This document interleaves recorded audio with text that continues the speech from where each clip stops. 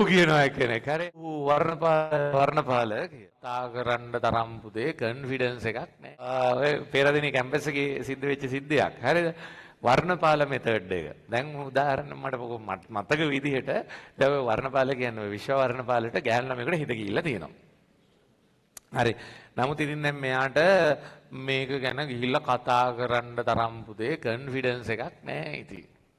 හරි කොන්ෆිඩන්ස් එකක් නැහැ. කතා කරාට නිකන් කැමති වෙන්නෙත් නැහැ වගේ. යාට ඒ හිත කියපු ගෑල් නැහැ. ඉතින් ගොඩක් අරයට වඩා ටිකක් කරන්නේ වෙනස් එක්කෙනෙක්ලු. ඉතින් හිත ගිහිල්ලා තියෙන. දැන් මිනිස්සයා දැන් කරන දේ තමයි පුතේ මොකද්ද?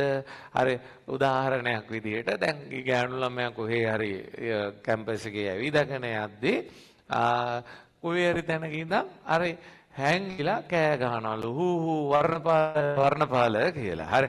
ඒ කියන්නේ දැන් ඔයාලත් අර අහවලයි දැන් ඔයාලා කවුරු හරි කෙනෙක් යාළු වුණාම පස්සේ කියනවා නේද කට්ටිය මේ ඉන්නේ අහවලාගේ මොනවද මන්ද කෑල්ලද මොකද කියනනේ මන් දන්නේ නැහැ. හරි හරි අන්න ඔහොම දැන් අරයව දැන් මේ මිනිස්සයා විසින්ම ගෑනු ළමයා යන තැන හරි අර නම නිකන් ඇහෙන්න සලස්වනවලු. හරි මෙයාගේ තව යාළුවෝ දෙන්නේ තුන් දෙනෙකුත් ඉඳලා දැන් නිකන් ඒ යාළුවෝ මාර්ගයෙන් අර හැමතැනම කතාව මේව අනුගමනය කරන්න යන්න එපා. හරිද? හරි දැන් මේ ඕක කියන්න ගිහිල්ලා ඕම වෙයි